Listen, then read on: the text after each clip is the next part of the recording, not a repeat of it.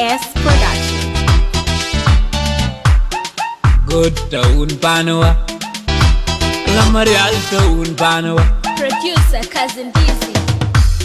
Yeah, show me that walk when it you're in your Chieng. Need to be your Chieng down one down. Show me that walk when it you're in your Chieng down.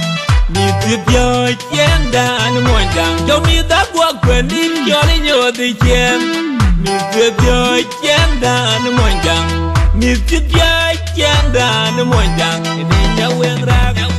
Go golden dong kubena kalma wang ben tieng walga Chieng Jieng gangwan ngurun kwen agok Chieng da gangwan ngurun kwen alwel Chieng Jieng gangwan ngurun kwen agok ini nyaweng rag Chen go golden dong kubena kalma wang ben tieng walga Chieng Jieng gangwan ngurun kwen agok na lwel kete nyiru kwe garetweng Lil kate, midu kwe gare twing na lil kete, nyiru kwe gare twing.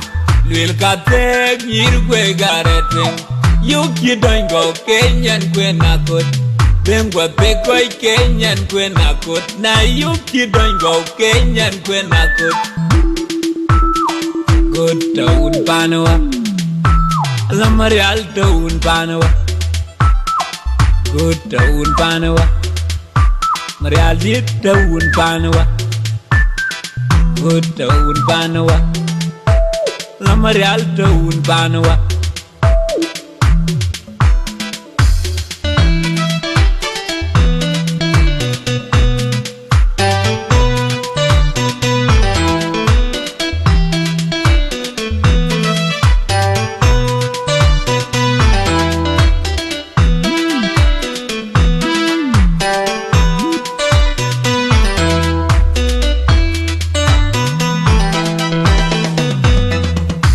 Dengwir bugong Chieng Jieng Chieng ngor kwen akot Dengwir bugong Chieng Jieng Chieng ngor kwen akot